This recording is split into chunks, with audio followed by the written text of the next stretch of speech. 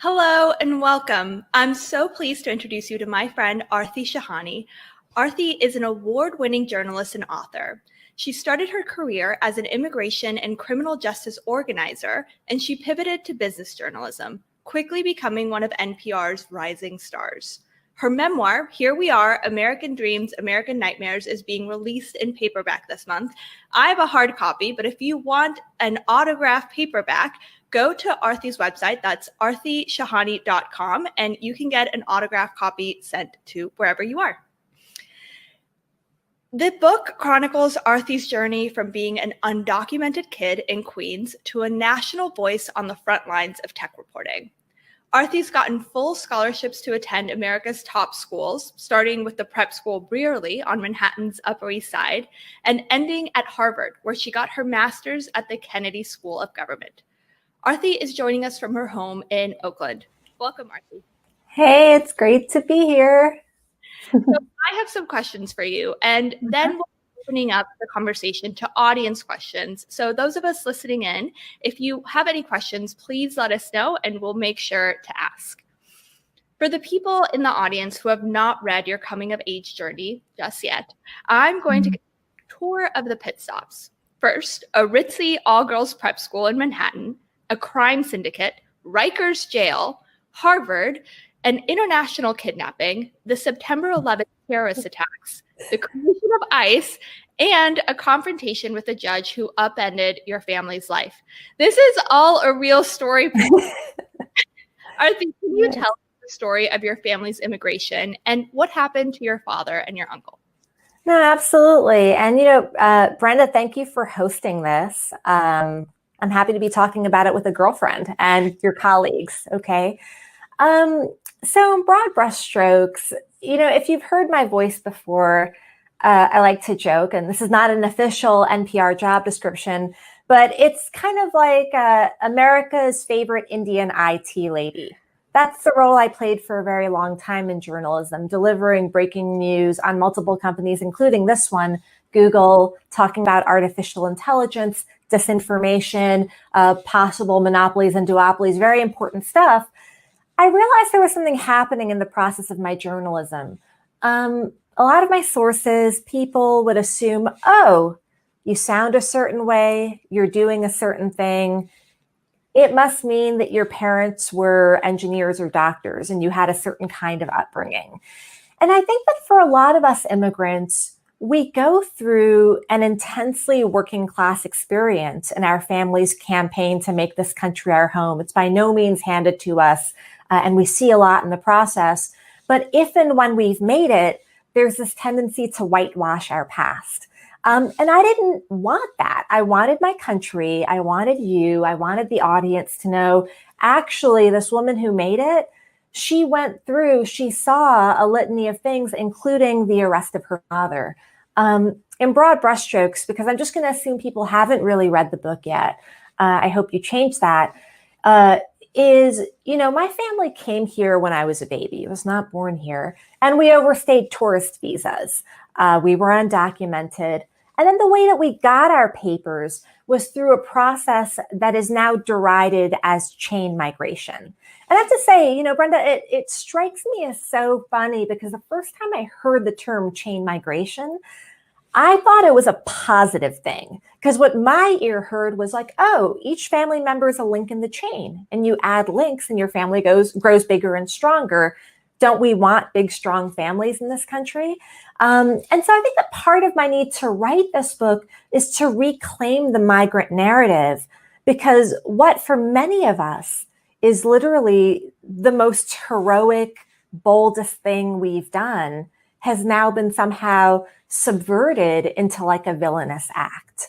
So my family, we got our papers. We thought it was a straight shot to the American dream. This may come as no surprise to you. I was a mouthy know-it-all kid. I got a scholarship to a very fancy private school on the Upper East Side of Manhattan. It's called the Brearley School. To give you a sense, as you already said, of what it costs, it's literally a Tesla a year to attend. And I got there when I had no idea people could be that rich. And I started learning all these words I didn't know before in terms. Country house. Can you believe it? A home that is not your first home. I had no idea. Okay. PhD, CEO. I didn't know these terms. My childhood aspiration was to be a prosecutor. In part, it's because I like to argue. In part, it's because it's what I saw on TV as a respectable career for a mission-driven person who wants to help her community. I had the feeling as a preteen going into this school as a scholarship kid that my parents weren't enough. And this is like a really interesting sort of part of the migrant journey, is that your parents bring you here because they want a better life for you. And then you start to act better than them. And they're like, what, you think you're better than me? Like that thing totally happens. It absolutely happened in my case.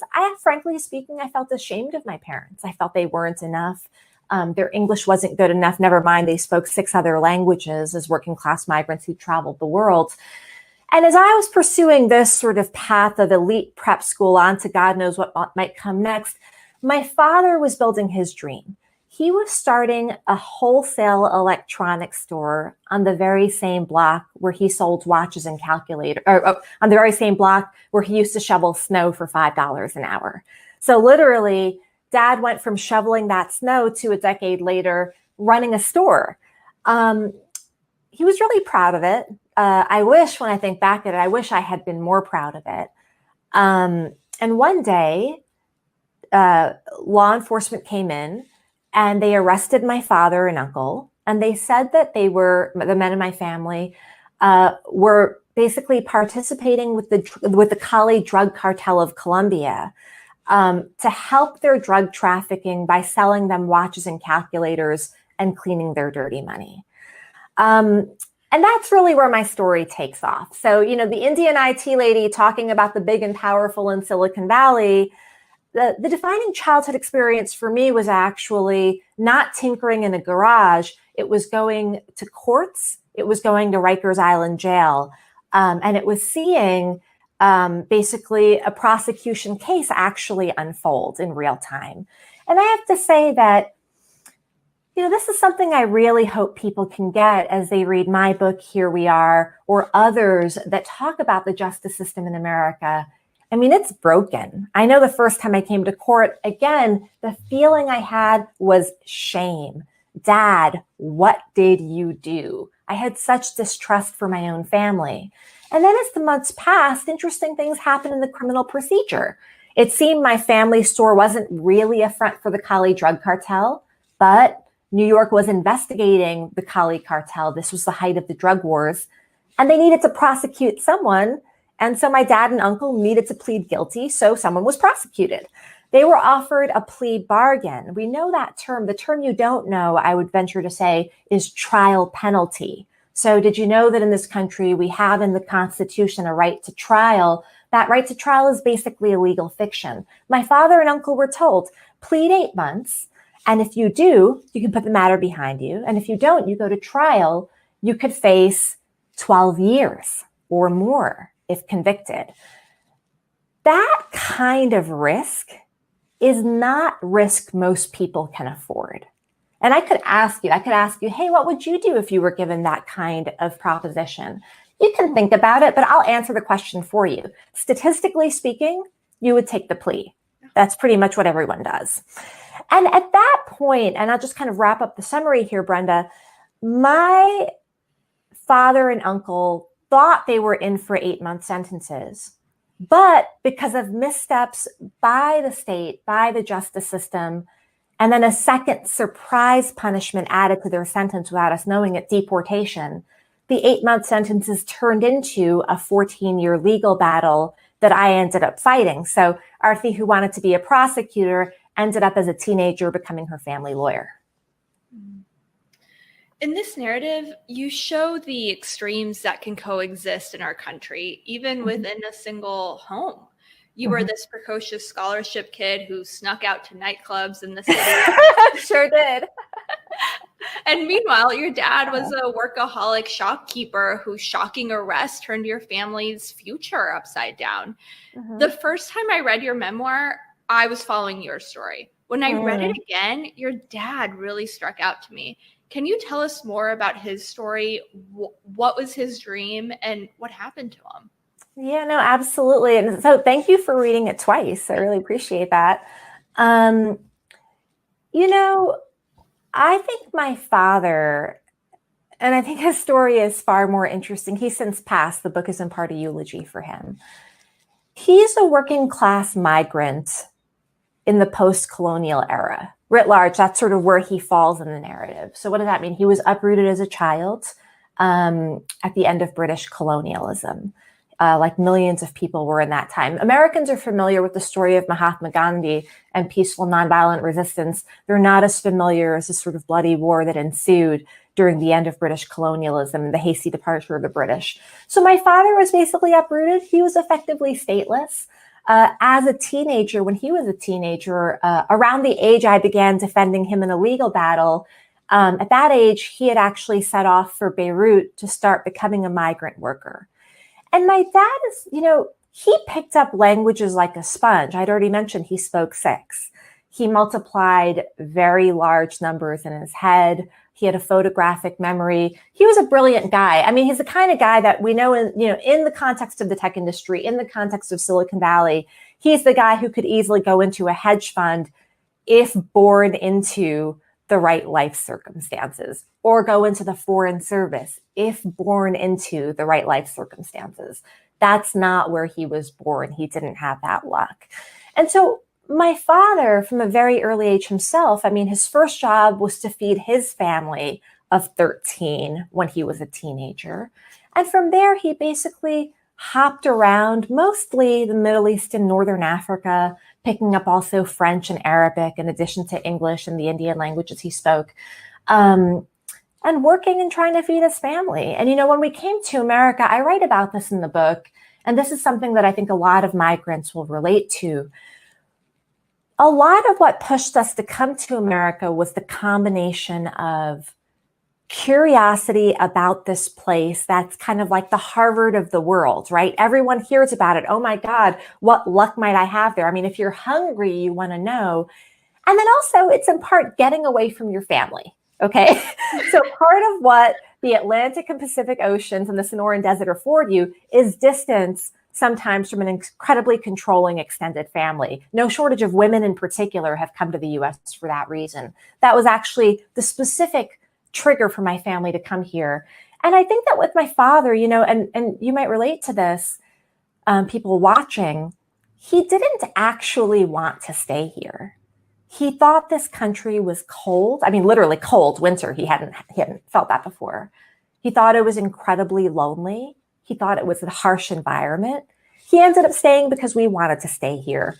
And I think that he hadn't lived in any country longer than here. I mean, America, to the extent that he had a home, and there's an entire generation of people who don't, but to the extent that he had a home, this country was it. All right. This is the longest he'd lived anywhere. And I think so much of his time here was trying to understand, why am I not allowed to just support my family? That was his defining purpose. And the other part, though, that I would say is, oh my God, how do I have this daughter who has such a big mouth and wears such tight and short clothes? And a lot of fear about who this creature, me, was. And I would say that the family crisis, specifically his arrest and then my finally getting involved, I think it helped us to see each other more clearly. What I love about your memoir is that you masterfully reclaim the immigrant story. As an immigrant myself, I feel like the American publishing industry has this ravenous hunger for the sad immigrant tale. And we've come to expect as audiences very familiar beats: poverty, hard work, gratitude, discrimination, hope. And your memoir, you're saying, this is my story. No, thank you so much for saying that. I mean, something that really strikes me is that the migrant in mass media, listen, I'm talking newsrooms, I'm talking publishing, absolutely, to some extent film, just because of how few films we produce about migrants, relatively speaking. It's like we're not allowed to have an emotional journey. I mean, it's wild to me, for example, that a person who has survived breast cancer, and I can name examples of people who've survived breast cancer, such a person is allowed to have a memoir is allowed to talk about the emotional experience of surviving breast cancer and is not expected to provide a blueprint for oncology payment reform. Okay. The migrant, she can write a memoir about what it felt to see her father locked up, what it felt like to stop going to college, what it felt like literally to run circles around ICE to keep my father in this country. And when I talk about it, I am expected to talk politics and policy and not share my emotional journey. That's the power of basically being villainized, right? When an entire constituency, we're a global constituency, when we've been cast as sort of a negative cancer, like when you're the cancer, you're not allowed to talk about what it feels like. And what I needed to do in this book, what I needed to do for me, frankly, for us, what I needed to do was explain, actually, we have an incredibly complex internal life. It's interesting because, when I was fighting to keep my family in this country, I couldn't go to the halls of Congress and say, hey, I have really conflicted feelings about my uncle. He was wrongfully held for 2.5 years in prison. I also think he's a bully and he threatened to break my face one day. But in my memoir, I could finally be honest. And I think I just needed to be honest for me and for us.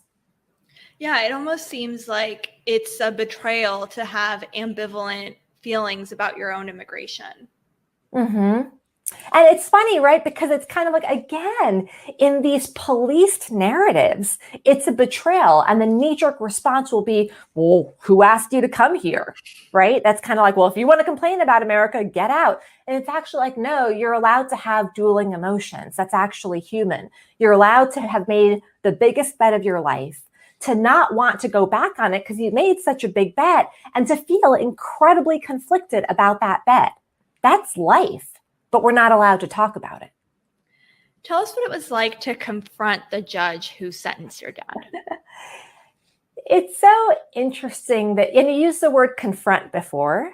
Yeah. And, it's interesting, Brenda, because I don't think I was confronting. And just to give some context, when my family's legal case went off the rails, through things that I describe in my memoir, Here We Are, I decided as a teenager, I was going to write directly to the judge who was overseeing the case. Now, that doesn't typically happen.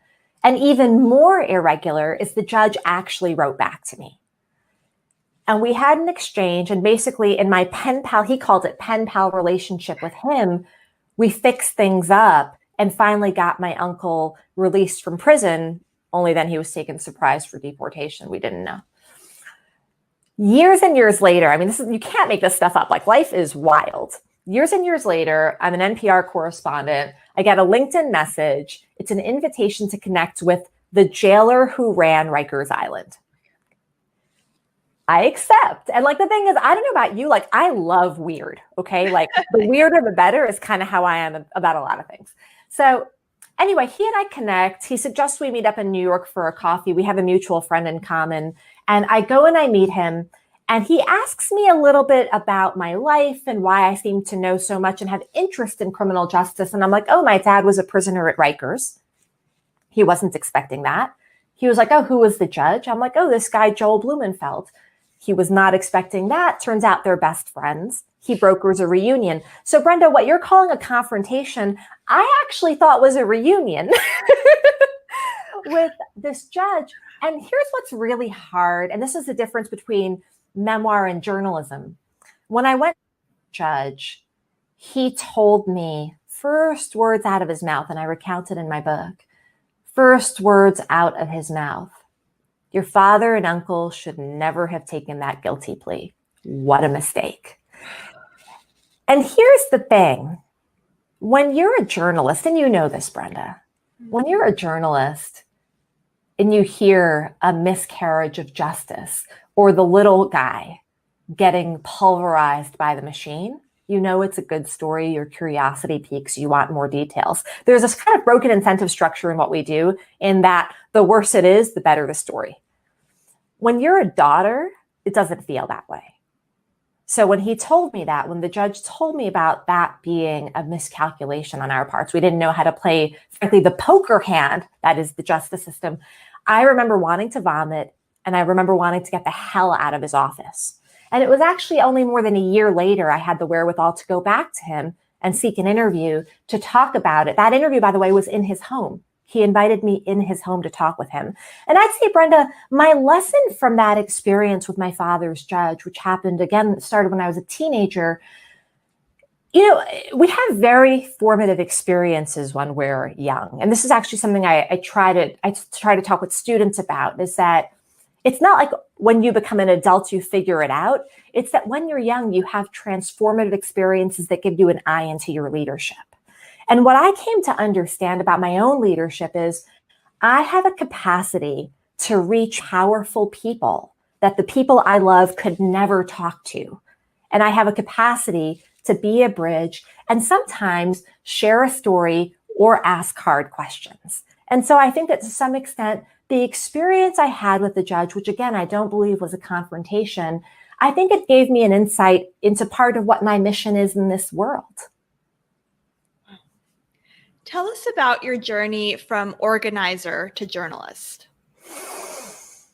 Yeah, I mean, so part of the story we're skipping over, but I'll, it's in the book, is I basically, when I was fighting my father's case, the September 11th attacks happened. I'm from New York City. I grew up in New York City. My brother worked in the towers. It was a terrifying time.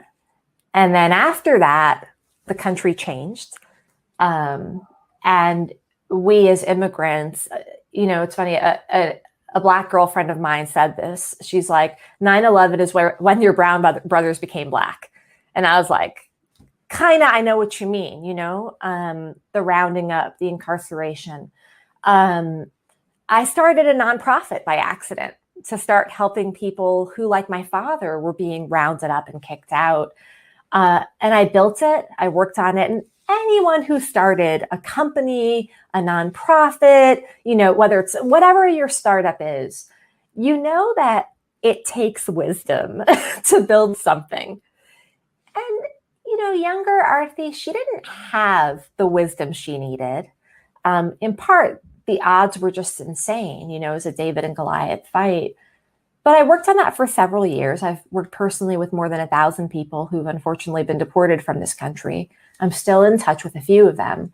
And at the end of that, what became the end of that for me, I just burned out.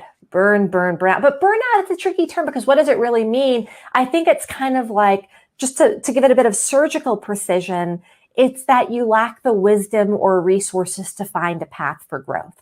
And so that's what happened to me. And it's interesting because so many people come into journalism because it feels like the way that you're going to fight the good fight.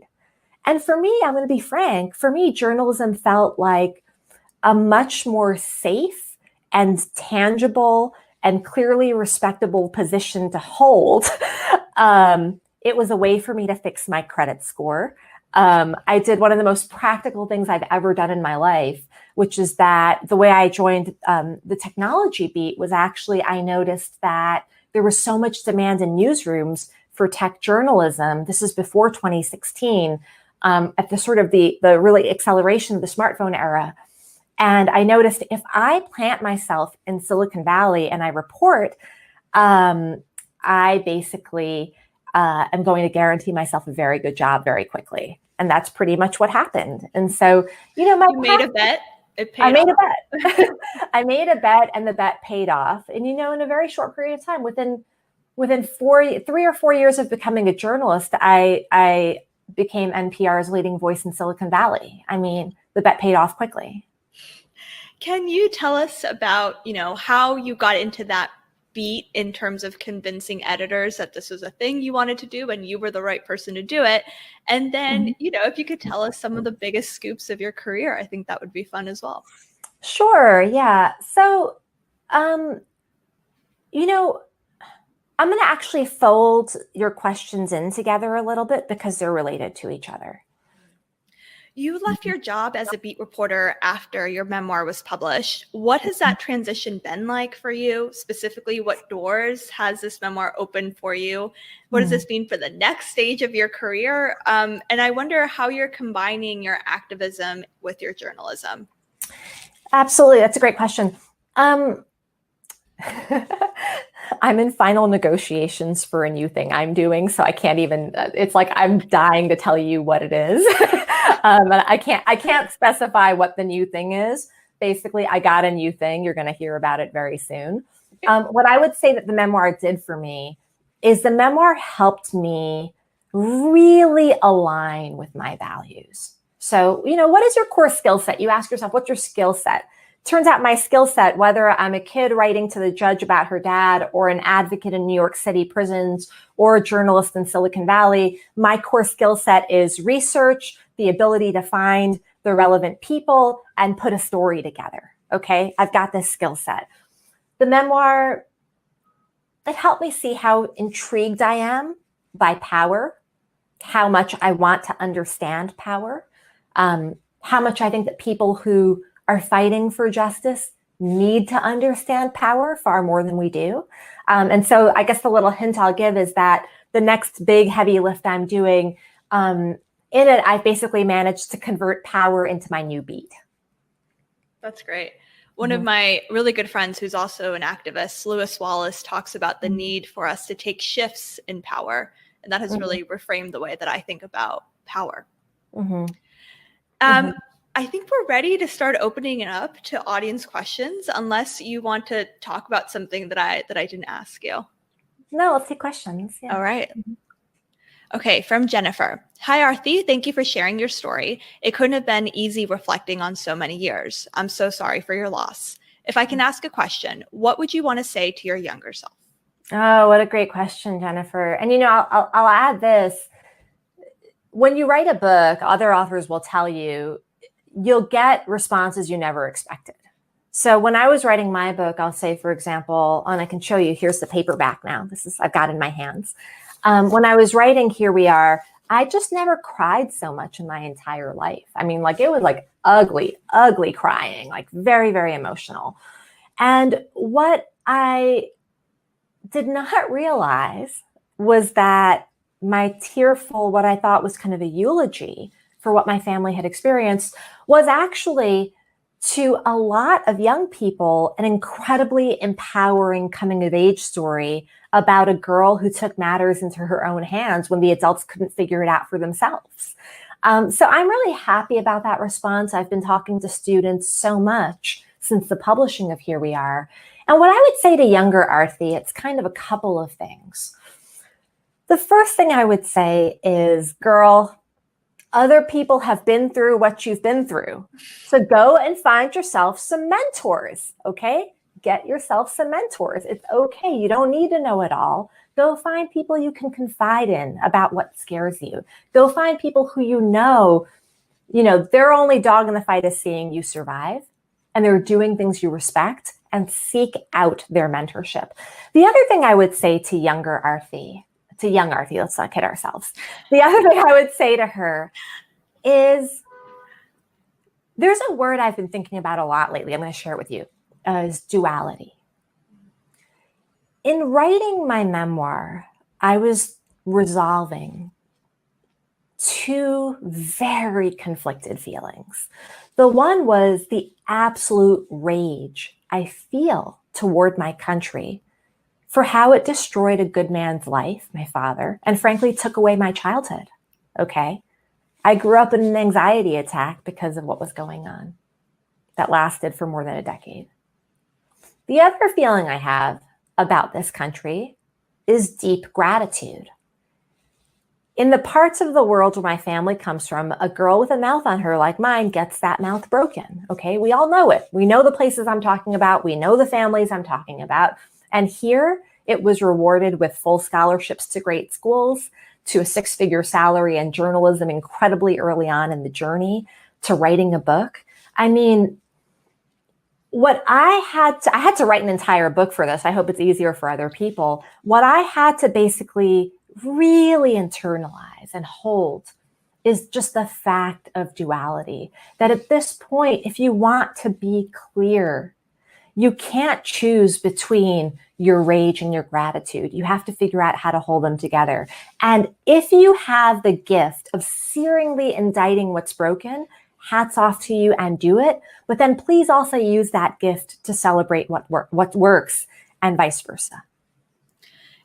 I love that you're talking about duality. It's something that I've been thinking about, as a journalist who is addicted to that 24-hour news cycle, that horse race. Mm-hmm. I have found that in the last couple of months, I'm more attracted to books, to longer form articles, to pieces of journalism and nonfiction that allow us to have that duality and that complexity of thought that aren't primed for a quick reaction. Absolutely. Anything to slow it down. We need to slow it down. But that's so contrary to, especially those of us who work in tech, we're always talking about, let's get rid of the friction. Let's go faster, faster, faster. Everybody, in newsrooms, it's report a story, speak to your sources, write the post, get on air, and read Twitter all at the same time. I mean, we're designing a world where we're supposed to be distracted with our attention everywhere. My process for my book is it's the biggest accomplishment of my creative, personal, and professional life. Okay. I don't yet have human babies. I think of the book of Here We Are as my first baby. Okay, I'm very proud of it. How did I write it? I went into basically total seclusion for 6 months. I had quiet. I shut off my phone. I was with myself and I heard the things inside come out. And I would recommend a version of that to pretty much everyone. So yeah, it really takes intentionality to figure out these feelings. And I'm wondering, now that you've had this cathartic, I would say almost healing experience of putting this trauma, this pain in a book, does part of you feel like, okay, I've put it down now. I don't have to remember it as much because it's here if I ever want to revisit it? I think the way I feel about I have no idea. I have, I can tell you that by this point in my book tour, I'm going to be really excited to stop talking about myself. So if that's what you mean, yeah, we definitely got that. I'm really happy I wrote my family story, a version of my family story specifically for the children in my family. I'm blessed to have 2 beautiful nephews and 1 niece and an extended family. And I want every little Shahani to pick up Here We Are, to read what their grandfather went through and their grandmother, my mother, who we haven't spoken about so much in this conversation, who really made it, she was the backbone in pulling off migration for us. I want them to read about their grandparents' experience and not do that thing that so many 2nd and 3rd generation immigrants unfortunately do, which is throw their own family's memory under the bus because they're eager to claim some sort of self-made model minority narrative. Okay. So in some ways, I think about my literary contribution as being a way to keep my family straight for the future generations. And you, of course, are a creative person. You're a writer, you're a radio producer, but what your parents did, imagining this life that they had never seen before, that is a radically creative act. It is. No, it really is. And, I think that I think about it when they were my age, they were taking 3 little kids across an ocean to start a new life as working class people. I think that what I did, it definitely took discipline and concentration. The risks they took, I don't know that I would have the appetite for those risks. But the fact is, and it's clear in how I write about it, and maybe you would feel this in your own heart about your parents, I admire them for it. I deeply admire them for it. So yes, we talk about migration as though it is perpetrated by some villain, but to me, it's the most heroic act of one's life. I'm curious if any of your colleagues, either at NPR or, your colleagues who also were on the tech beat with you in other organizations, if they were surprised that you had this story all along. Yeah. Can you tell me, what have they said to you? Because we have so many racialized stereotypes, right? You don't think that the model minority is going to have a Rikers Island story, and a lot of the model minority, I'm sorry, I'm keep doing this. A lot of the model minorities who don't share them. Okay. So yeah, people were really surprised. People had no idea that, that the tech lady, was so familiar with America's prison system. I think, frankly, it has something to do with also the gap between what actual Americans experience and what newsrooms cover. I mean, I consider myself a very rigorous journalist, okay? And what I observe in newsrooms is a bias towards what you know. And this is actually part of the challenge we're facing in having trust among audiences. It's not just that you have a pathologically lying president, lying, as we now are comfortable saying, who keeps spewing out what is incorrect and calling us fake news. It's not just that. It's that our readers, our audiences, often look at the things we cover and the way we cover people and are turned off because there is an elitism there, right? And so I think that to some extent, the surprise that some of my colleagues experienced within NPR and in the broader journalistic community has to do with the way that we simply shut out the actual stories of people who have working class backgrounds and people of color, right? And this is something that's so interesting to me because in journalism, I remember when I stepped into it, the year is 2010, I felt like I came into journalism with PhD level knowledge of immigration enforcement and criminal justice. And I felt I needed to hide that knowledge and pick up something totally new to prove that I fit. I was not in a newsroom environment where an editor got to know me and asked, hey, what are you expert in? And empowered me to run with that. Because that expertise was seen as a conflict of interest at that time. Now, mind you, you could have worked at Goldman Sachs and then get a show on CNN, as another journalist did. So when the conflict of interest is elite, it's considered a qualification. When it's working class, it's considered a conflict of interest, right? Oh, and so I think that in the media reckoning that we're having right now, we really have to reconsider, when is something a qualification? When does it knock you out? And can we please get rid of this notion of objectivity and just understand that our journey is to be as fair as we can. And being fair means you have to be self-aware of your own biases. We are human. There's no way you're objective. Sorry. Right. And the rigor is in the method. That's what journalism is. It's how we collect and verify information. And journalism, you don't do it by yourself. That's why you have colleagues and an editor who's checking your biases. Absolutely. Did you ever hear something being framed in a way about immigration or criminal justice in the other side of the newsroom and you just want to run and correct it and you chose not to? Or, the fact that you were in Silicon Valley, did it help to have that distance? I do keep my ear very wide, really perched, I think, particularly for how the reporting around ICE has unfolded. And I think that basically... Can I admit something? Yes. I didn't know that there was a time before ICE, before I read your book.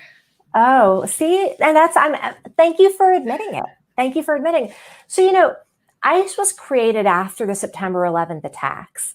It was basically, it's an agency that technically it's by and large a kind of civil enforcement agency. So it's not supposed to have in many of its functions the power of police, but literally soon after their formation, they just started donning the gear. They just put on police gear and they got themselves some jackets and they branded themselves in a certain way that just totally captured the narrative.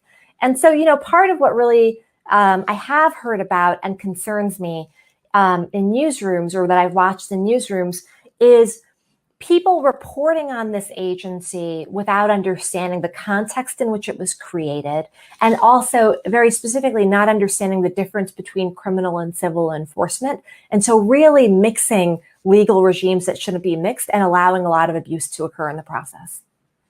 Okay, we have some audience questions. Hi, Aarti. Thanks so much. Are there any books? This is from Mac. Are there any books that you're reading that you'd recommend for us? Oh, yeah. Actually, one that I'm reading right now, it's called Caste, and it's by... this is from Farah. Farah, thank you so much, Farah, for your question. There's a book I'm reading right now. It's called Caste by Isabel Wilkerson. And it's just really fascinating. It's very heralded. Maybe you've heard of it already. But it's basically, in America, we use the word race and racism. And Wilkerson's history and investigation and documentation is to basically make the point that America has a caste system, what we call racism and race. It's caste, and we've seen it in other countries. And she basically undertakes a sort of historical and comparative analysis that I think increasingly for us who are trying to understand this country, the more we can apply the terms that we use abroad, like regime, things like that, will help to see ourselves more clearly. So I would highly recommend Caste as a book that you should pick up. Mm-hmm. Do we have more audience questions for us? Let's see. All right. Well, okay, we don't have any more questions, but okay. I guess what I want to ask you is, this memoir is it's you kind of taking a stand in journalism and like reclaiming your own story and framing it within the narratives that we honestly, as journalists, we fabricate. What have the conversations that you've had with newsmakers been like after the publication of your memoir? Oh, so what do you mean? I just want to understand a little bit what you mean. Because, many of your colleagues, myself included, when I worked in a newsroom, like we are complicit in making these very narratives that you are saying are incorrect. And, we do that on a daily basis. It's so hard to step out of that daily churn and say like, ooh, actually, like the way that we're framing this question is incorrect. I'd say there's sort of two responses that make me feel very hopeful. One is, I had from no shortage of editors and leaders at our own newsroom at NPR, really wonderful feedback. People who felt that, for some, they also fully admitted they hadn't realized or they had forgotten the historical context that gave birth to ICE. They had forgotten about the war on drug era laws during the Clinton administration that gave birth to the mass deportation system we're now seeing. And so journalistically, they just appreciated, oh, this is a good book about this thing. And then also, obviously, when you do broadcast, when you're at NPR, when you do audio storytelling, you really work to deliver emotion. And so, I actually think that my radio training, learning to write scripts for radio, it really helped me with simple prose. With getting to the feelings around things, with bringing people through an emotional journey. So I think that I got, I felt very seen and frankly affirmed in the process of this memoir. The other response, Brenda, that I've gotten that I find fascinating is no shortage of colleagues at NPR and other newsrooms reaching out to me because they've got a story in them they're burning to share. And they didn't feel like they had permission to do it. They weren't sure it would look professional. When you're a journalist, you are afraid sometimes of being called an activist. And I notice that people, at this point, I just don't really worry what people call me, because I think that what you call me reflects more sort of where you're coming from than any objective difference in what I'm doing. So I'm not too concerned about the labels at this point. But, it's been interesting to me to spend a lot of one-on-one time with people who are reporting on the president, on Congress, on the Black Lives Matter movement, on the America becoming a minority majority country, the demographic changes, the culture wars. In newsrooms throughout this country, people who have reached out because they care, because they've got a personal story.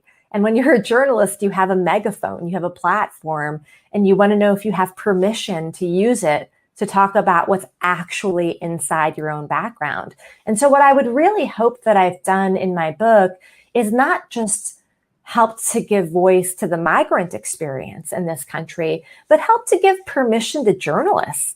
Go ahead and share your story. It's okay. And all your training and reporting is just going to make it a better story. I strongly believe that the ability and the platform to tell our own stories is a form of power, the most important form of power, I would say. And with organizations that do podcasting like NPR, I've noticed that there's a real boon in history podcasts, that they're becoming increasingly popular. Oh, yeah. NPR has Throughline, which is an Throughline excellent is the best. Oh my Very God, good. I love Throughline. It's, in addition to reading Wilkerson's book, I would just say that if you're looking for a great listen to NPR's Throughline. I mean, it is every week giving you some deep dive so that you understand current events through a historical lens. I mean, it's wonderful work.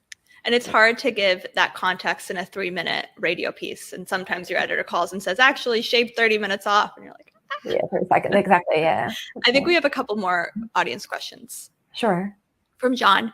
What's the best way to pick up a copy of your book? I actually know this one. Do you want to say it or shall I? Sure. Well, I'll just hold it right here. And I'll say, so the book is Here We Are. And if you'd like an autographed copy of it, the best way to pick it up is go to my website to order it. So my website would just be my first name, Aarti, and my last name, Shahani, aartishahani.com. So you can go to my website and you can just from there order your autographed copy. You would be ordering that way through an independent bookstore. So it's aartishahani.com to order Here We Are. And besides that, it's sold everywhere. So really wherever you want. Thank you for asking. I think we have one more. From Melissa. Hi, Aarti. Thank you so much for your story. It is really inspiring for the fact that it's the truth for a lot of families in the past and now. What are some encouraging words or advice that you would give to someone going through the same situation? Oh, thank you for asking that.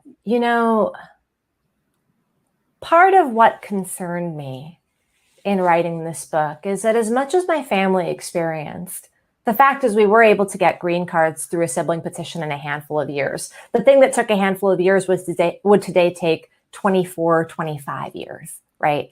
So we're often told, hey, go stand online. And then there's not actually a line to stand on. It is incredibly hard for people who are trying to make it right now. And what I would say about the struggle is that a lot of people want you here. Okay. So don't just look at what's trending on Twitter. Don't just look at what the headlines are. Look around you and you will see that we live in a country where even in districts that, for example, voted for President Trump, you have immigrant-owned restaurants that are the most popular places to eat. Okay, I've actually looked this up. I've actually reported this. So the fact is you are wanted here. You have to decide if you want to fight to stay, because yes, it is a fight, but don't be gaslighted into thinking otherwise. Aarti, thank you so much for sharing your time and your story with us. Thank Folks, you. Aarti's memoir, Here We Are, American Dreams, American Nightmares, has just been released in paperback. Again, you can get an autographed copy on her website, aartishahani.com, so you can see the two different We can hold them together. There you go. How different they look. Aarti, thank you so much for your time. Thank you so much.